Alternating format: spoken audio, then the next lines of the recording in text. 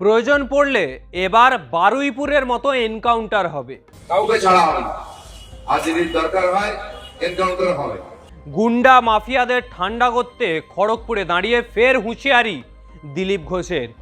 রবিবার খড়গপুর পুরসভার 2 নম্বর ওয়ার্ডে দলীয় কার্যালয় উদ্বোধন অনুষ্ঠান থেকে এই দাবাং দিলীপ ঘোষ আবারও বিস্ফোরণ ঘটালেন। তিনি বলছেন, ঠান্ডা করার জন্য যা করার দরকার তাই করবে পুলিশ, গুন্ডাদের বের করবে আর ট্রিগার টিপবে।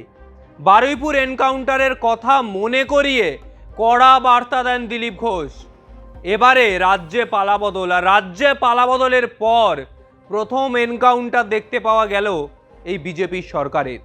রবিবার নিজের জেলায় দাঁড়িয়ে ফের পুরনো মেজাজে একের পর এক হুঁশিয়ারি দিলীপ ঘোষের।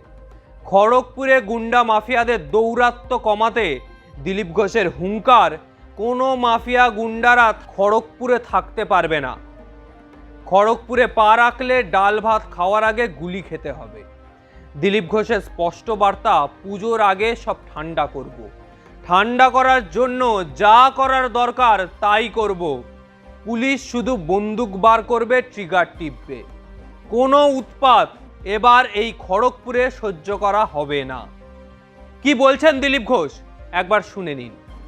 আপনারা দেখেছেন ভিডিও, পুলিশ পাড়ায় ঢুকে তাড়া করে করে ধরছে পাতা খোরদেরকে। কাউকে ছাড়া হবে না, আর যদি দরকার হয় এনকাউন্টার হবে। বারুইপুরে যেমন হয়েছে ফালাফিকে, সেটা আমি পরিষ্কার বলে দিচ্ছি, খড়গপুরের মানুষ শান্তিতে থাকতে চান, তাই বিজেপিকে জিতিয়েছেন, বিজেপি সরকার হয়েছে। আমরা প্রথম মানুষকে শান্তি দিতে চাই, তারা নিজের মতো করে করে কর্ম খাবেন, কেউ যেন তাদেরকে কোনো ভয় না রাখে, অত্যাচার না করে। এই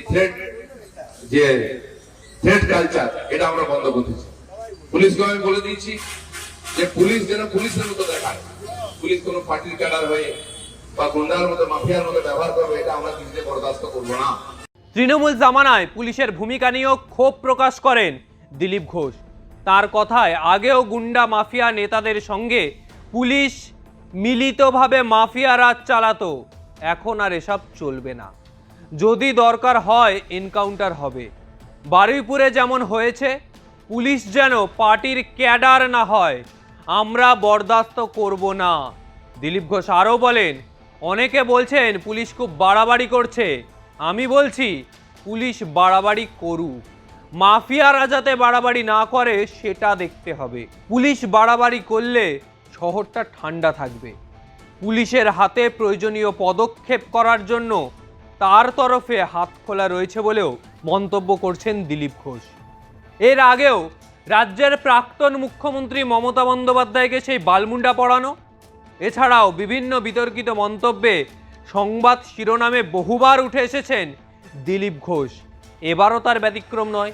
সেই বারুইপুরের পুনরাবৃত্তি এবার খড়গপুরে দেখতে পাওয়া যাবে, এমনটাই বলছেন রাজ্যের মন্ত্রী দিলীপ ঘোষ। বিভিন্ন সময় বিভিন্ন গরম গরম ভাষণের জন্য পরিচিত তিনি।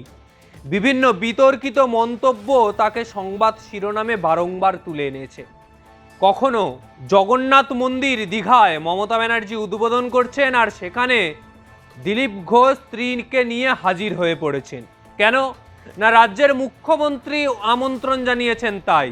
আর এদিকে একাধিক সময় মমতা বন্দ্যোপাধ্যায় এই অভিযোগ করতেন যে বিজেপির সরকার বা কেন্দ্র সরকার বাংলায় এসে কোনো সরকারি প্রকল্প বা অনুষ্ঠান করলে রাজ্য সরকারের কাউকেই আমন্ত্রণ জানানো হতো না।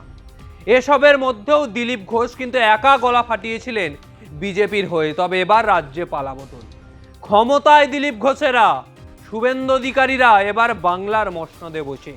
ফলে এরকম গরম গরম ভাষণ যে আরও শুনতে পাওয়া যাবে দিলীপ ঘোষের মুখ থেকে, সেটা কিন্তু একেবারে স্পষ্ট আর পরিষ্কারভাবেই বুঝতে পারা যাচ্ছে।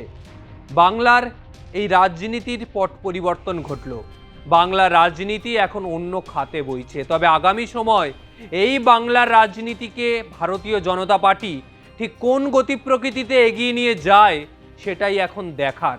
তবে বাংলার রাজনীতির এই চোরা স্রোতে দাঁড়িয়ে তৃণমূল কোথাও গিয়ে খড়কুটোর মতো উড়ে যাচ্ছে ভারতীয় জনতা পার্টির কাছে।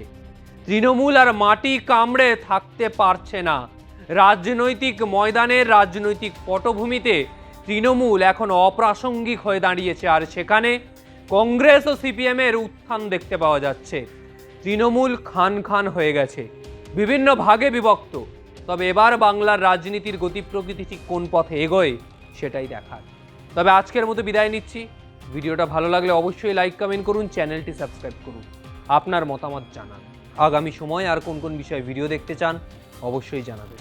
নমস্কার।